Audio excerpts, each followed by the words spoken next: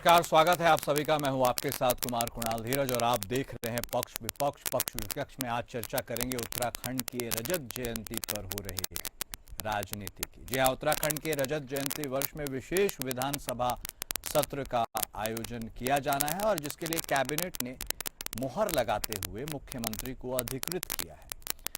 मुख्यमंत्री पुष्कर सिंह धामी ने विधानसभा का विशेष सत्र आयोजित करने का प्रस्ताव मंजूर किया है, जिसमें राज्य के विकास पर चर्चा होगी और भविष्य की योजनाओं पर विचार किया जाएगा। हालांकि कांग्रेस का आरोप है कि भारतीय जनता पार्टी केवल उपलब्धियों पर चर्चा करना चाहती है और नाकामियों जैसे कि गुंडागर्दी के माहौल और भ्रष्टाचार पर चर्चा से बचना चाहती है।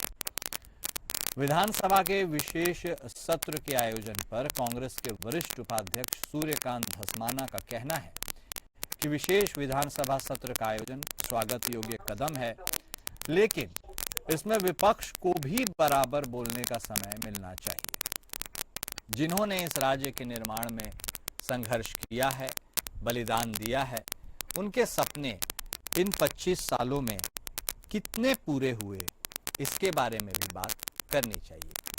सत्र में एक बात पर और चर्चा होनी चाहिए कि इन 25 सालों में पहाड़ों पर स्वास्थ्य, शिक्षा, बेरोजगारी, पलायन को लेकर कितना काम हुआ है। उत्तराखंड के विकास को लेकर राजनीतिक सोच को जनता के सामने रखना चाहिए। तो कुल मिलाकर यह बात है कि उत्तराखंड के भविष्य की योजनाओं पर जो विचार करने की बात इस विशेष सत्र के आयोजन के माध्यम से की जा रही है, उसमें कांग्रेस को थोड़ी सी आपत्ति है। आपत्ति यह है कि केवल विकास उपलब्धियों की चर्चा क्यों, वो चर्चा क्यों नहीं जिसमें नाकामियां नजर आई, जिसमें दिक्कतें सामने आई, और क्या उन्हें बोलने का भी मौका दिया जाएगा, और यदि दिया जाएगा तो क्या पर्याप्त समय मिलेगा, यह भी उनकी बातों में शामिल है।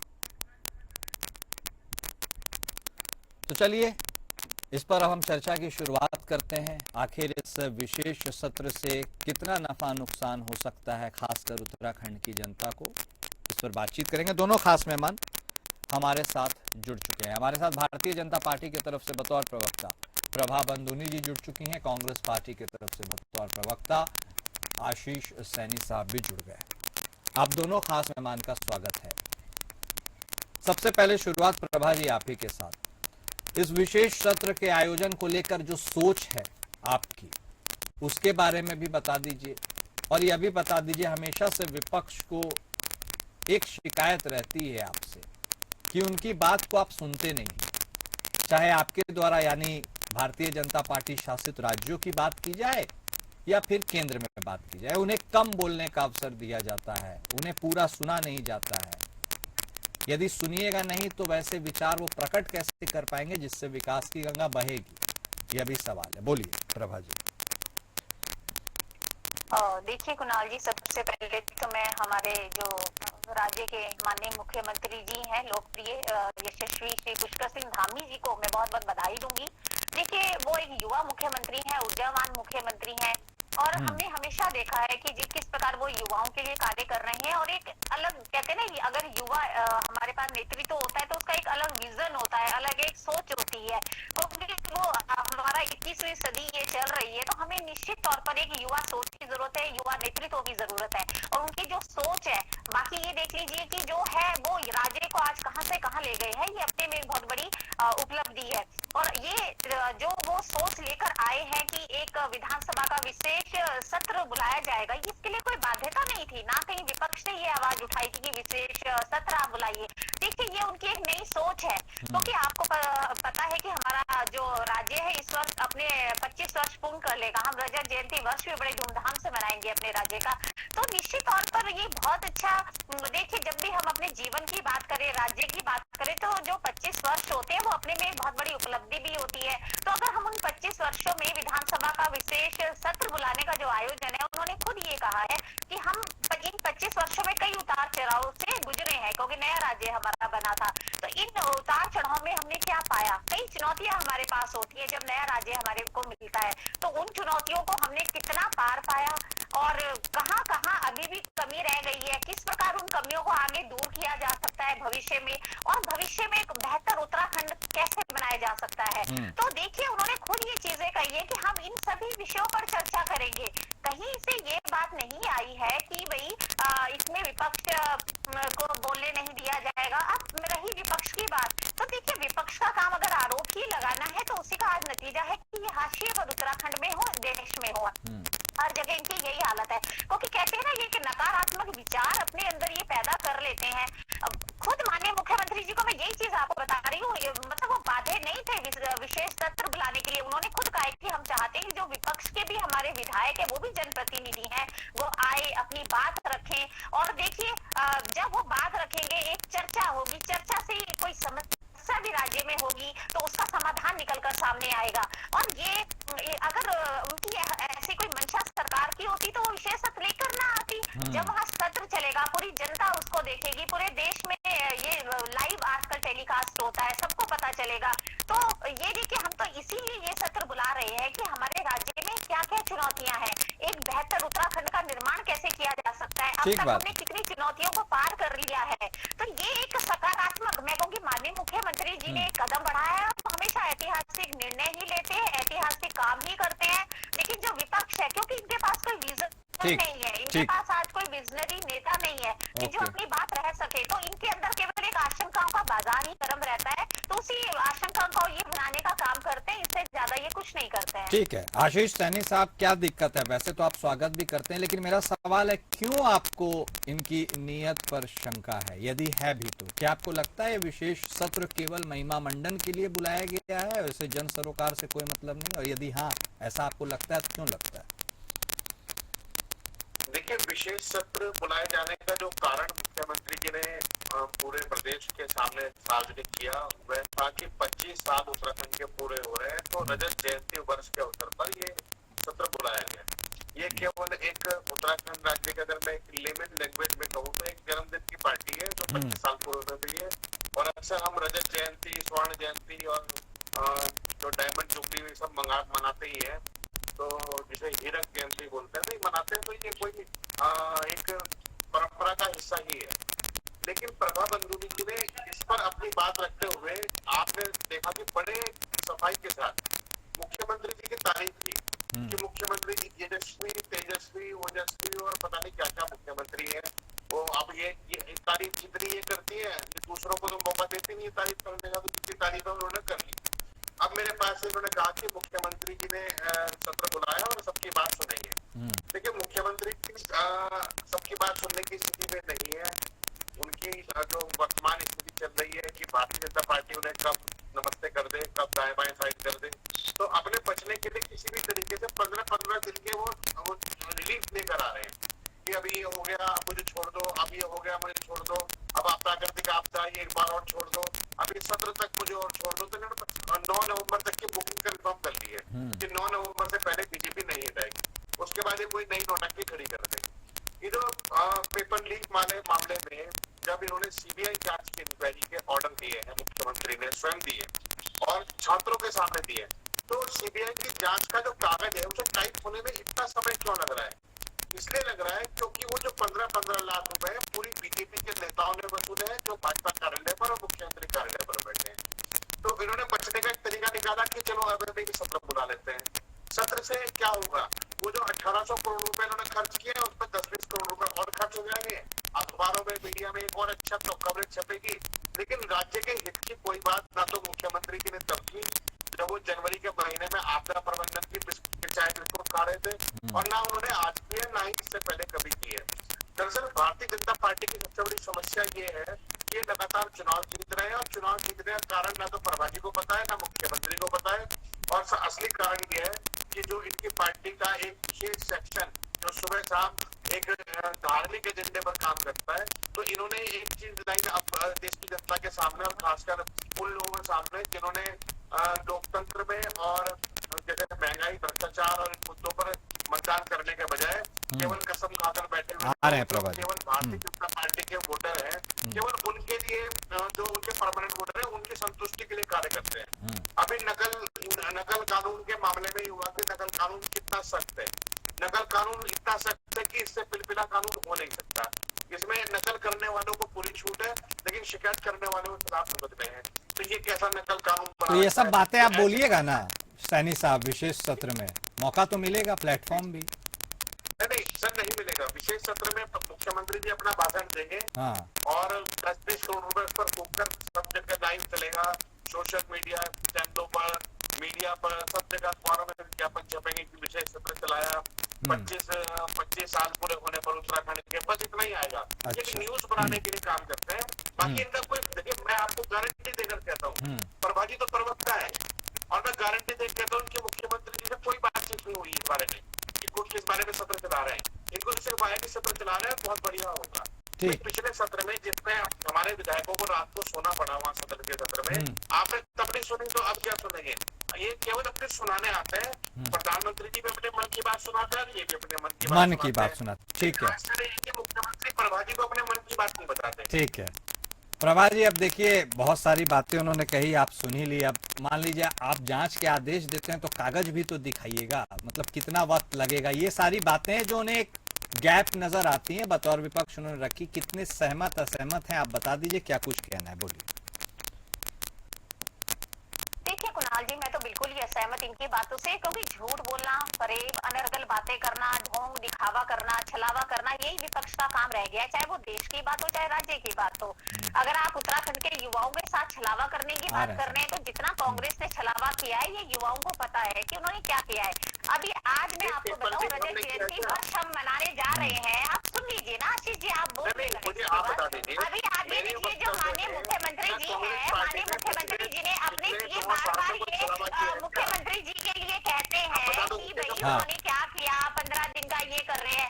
आप ये देख लीजिए, जब पिछले 4 वर्षों में जितनी नौकरियां देने का काम धामी सरकार ने किया है, 25 कल ही उन्होंने नियुक्ति पत्र जारी किए। अगर आपने देखा होगा 1500 से ज्यादा, चाहे वो समीक्षा अधिकारी हो, चाहे वो सहायक हो, चाहे वो एलटी हो। तो आ रहे हैं सैनी साहब। आज हमारे प्रदेश में पिछले 4 वर्षों में 26,000 से ज्यादा नौकरियां हमारे युवाओं को दी है, उनको नियुक्ति पत्र दिए गए हैं, सम्मान समारोह कल ही आयोजित किया गया। तो विपक्ष तो यह भी कहता है प्रभा जी आपसे, आपने नियुक्तियां दी हैं तो एक श्वेत पत्र भी जारी कर दीजिए, यदि दी हैं तो।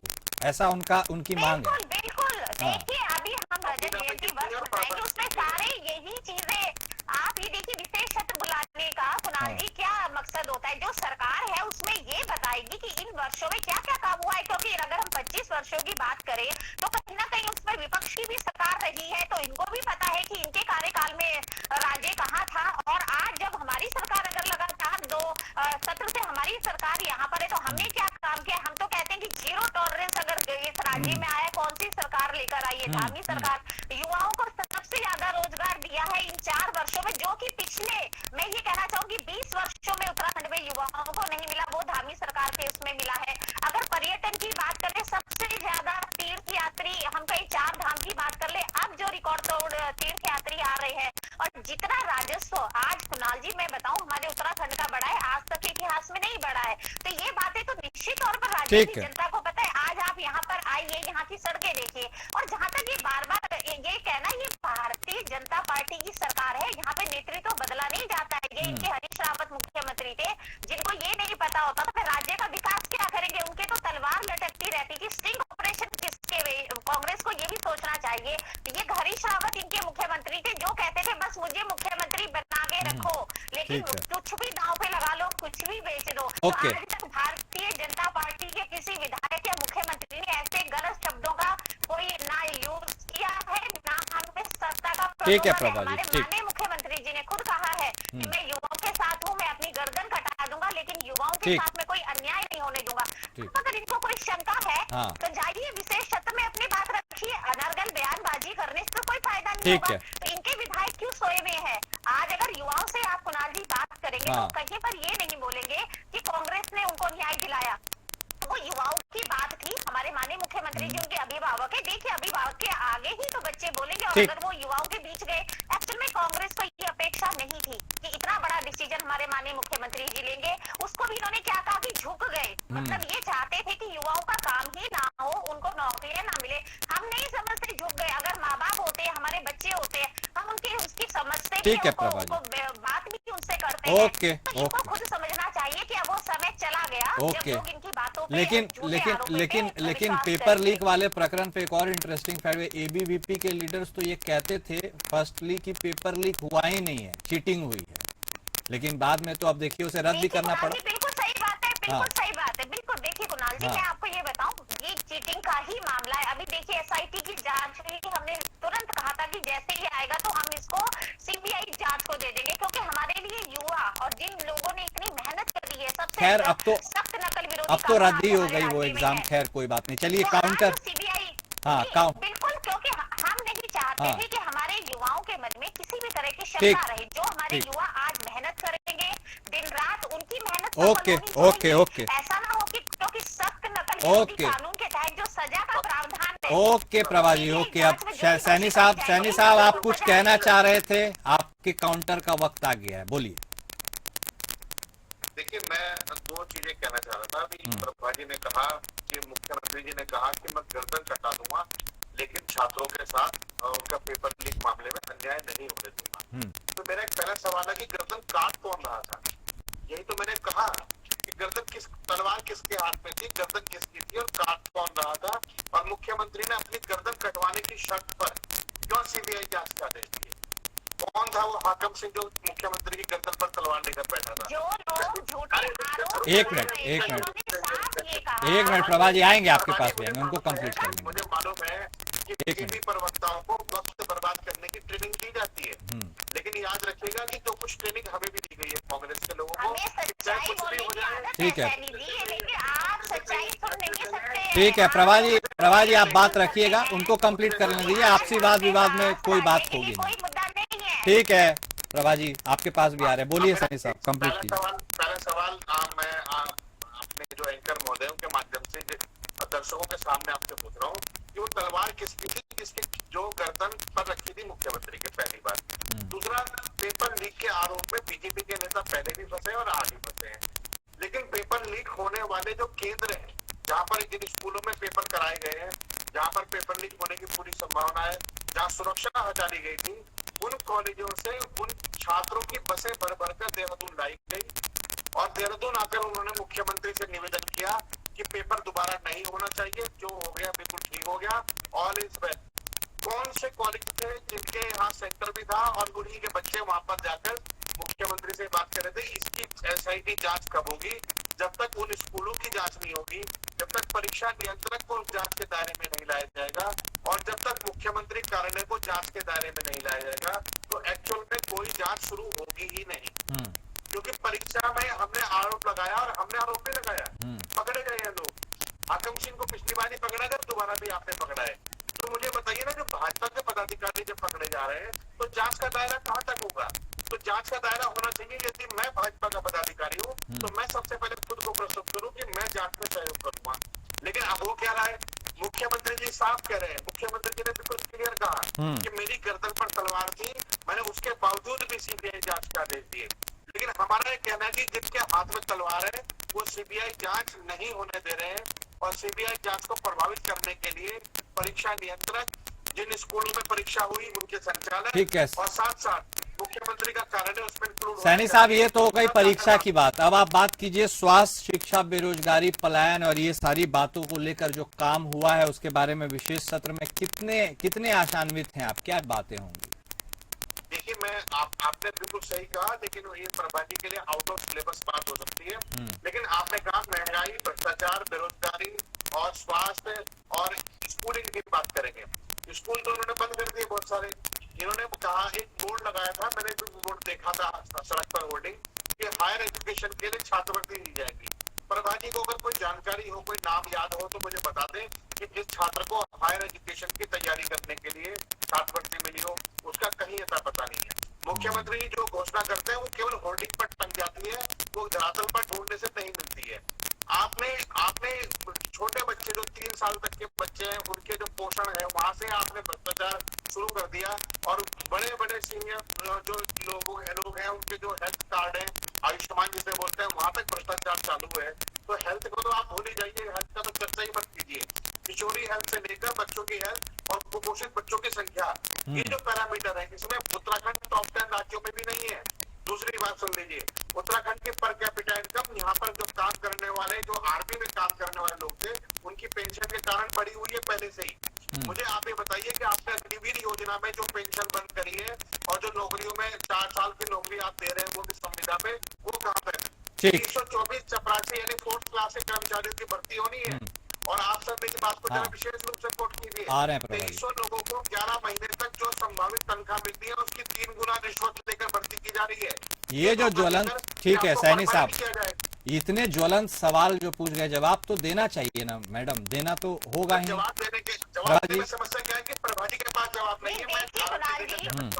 देखिए कुणाल जी, मैं आपको ये बताना चाहूंगी, बार बार ये भ्रष्टाचार घोटालों की बात करते हैं, मैं इनसे ये पूछना चाहती हूँ कि जब इनकी सरकार भी राज्य में रही है, आज तक के इतिहास में शायद ये भूल गए हैं सैनी जी बताना कि सबसे बड़ा दरोगा भर्ती घोटाला और पटवारी भर्ती घोटाला किसके कार्यकाल में हुआ था? राज्य के जो हमारे युवा थे उनसे पैसे ले लेके परीक्षा, तो बहुत दूर की बात है कि ये लोग परीक्षा करवाते। कुणाल जी, इनके कार्यकाल में तो डायरेक्ट पैसे दिए जाते थे, सेंटर भी जाने की जरूरत नहीं थी, और अगले दिन अपॉइंटमेंट लेटर आपके पास आ जाता था कि आपको पटवारी में भर्ती हो गए। 2003 से लेके 2007 के बीच में, और उसके बाद 12 से लेके, और जब इनका कार्यकाल था तो डायरेक्ट नियुक्ति पत्र घर पे जाए जाते। लेकिन प्रभा जी, उनकी सरकार प्रभा जी, उनकी सरकार की कहानी भी तो इतिहास के पन्नों में दर्ज है ना। वर्तमान में क्या हो रहा है उसके बारे में भी बता दीजिए।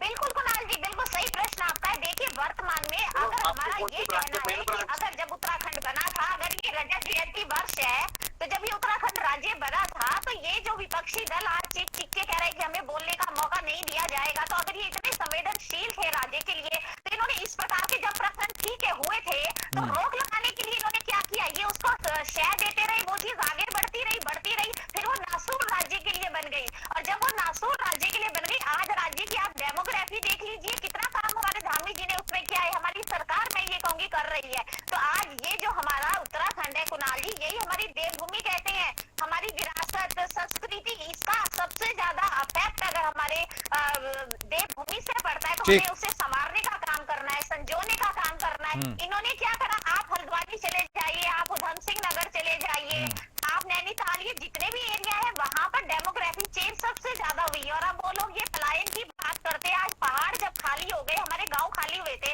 तो वहां पे बसाने का काम किसने किया? जो घुसपैठिए थे उनको लाने का काम किया इनके मुख्यमंत्री का। सबसे ज्यादा डेमोग्राफी चेंज हुई इनके कार्यकाल में हुआ। लेकिन कुणाल जी बिल्कुल सही बात है, आज हमारे राज्य में सरकार है, इन्होंने जो इन्होंने पाप किए उत्तराखंड के नागरिकों के साथ, वो इन्होंने किए। लेकिन मैं आपको बताऊं कुणाल जी, सुन लीजिए आशीष जी, आप बोलिए अपने बारे में। इन्होंने जो पाप किए वो किए, लेकिन उसके बाद क्या हुआ? आप अपने सिलेबस में भ्रष्टाचार लाए, आप अपने सिलेबस में महिलाओं की बात लेके आए, और हमारा सिलेबस हो गया। आप ये देखिए कुणाल जी, उसके बाद क्या हुआ? इन लोगों ने भ्रष्टाचार किया, इन लोगों ने युवाओं की कोई भर्ती नहीं कराई, हमारे मुख्यमंत्री जी ने युवाओं को रोजगार दिया, भ्रष्टाचार में जीरो टॉलरेंस नीति अपनाई। आज अगर उत्तराखंड में IAS कोई भी बड़े बड़े अधिकारी हो, उनको निलंबित किया गया, तो ये भी ऐतिहासिक निर्णय हमारे कार्यकाल में ही हुए हैं। किसी की हिम्मत नहीं थी जो उत्तराखंड में इतने बड़े बड़े निर्णय ले सकती थी। ठीक है, आज अगर लैंड जिहाद की बात करें, आज 5000 एकड़ से ज्यादा भूमि हमने सरकार में निहित करी है। ठीक है, अब आज क्या हुआ? चलिए ठीक है, ठीक है, एक मिनट सैनी साहब, प्रभा जी एक मिनट। अब देखिए, आज जो हुआ, कल क्या हुआ, उसके ऊपर बात करने से ज्यादा जरूरी है कि वर्तमान को कैसे संवारिएगा। मिलकर आप सब विचार विमर्श कीजिए। वक्त इतने की इजाजत भी देता है। बहुत शुक्रिया आप दोनों खास मेहमान का हमारे साथ जुड़ने के लिए, इस चर्चा में शामिल होने के लिए। पक्ष विपक्ष में अभी के लिए बस इतना ही। नमस्कार।